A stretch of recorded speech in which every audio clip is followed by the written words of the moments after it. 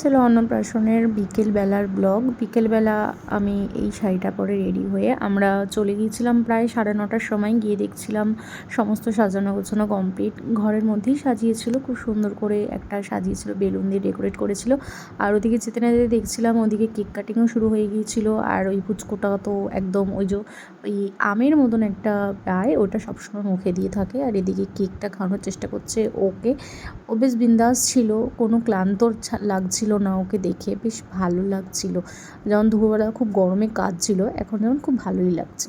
এখন কেকটা কাটছিল, আর কেকটা এত সুন্দর হয়েছিল। এটা বন্দিনিস থেকে নিয়েছিল, একটা বেবি থিমের মধ্যে নিয়েছিল কেকটা।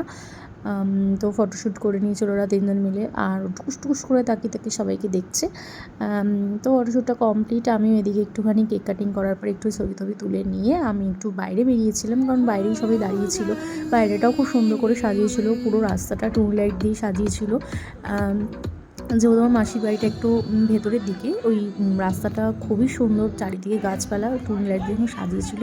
গাছের ওপর দিয়ে ভীষণ সুন্দর লাগছিল। ওখানে আমরা কিছুক্ষণ দাঁড়িয়েছিলাম, ওই পুচকুটাকে নিয়ে শুভ একটুখানি কোলে রেখেছিল। তারপর আমরা ওখানে ঘরে সবার সাথে একটু গল্প করার পর আমরা ছাদে চলে গিয়েছিলাম।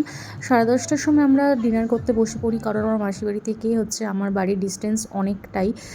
তো রাত হয়ে যাবে, সেই কারণে অনেক কিছুই খাবারে ছিল। কেকটা একদম খাবারের সাথেই দিয়েছিল। মেনুতে ছিল এগ ডেভিল, ফ্রাইড রাইস, কষা আলুর দম আর চিকেন কষা। আর যারা ভেজ ছিল তাদের ছিল পনির।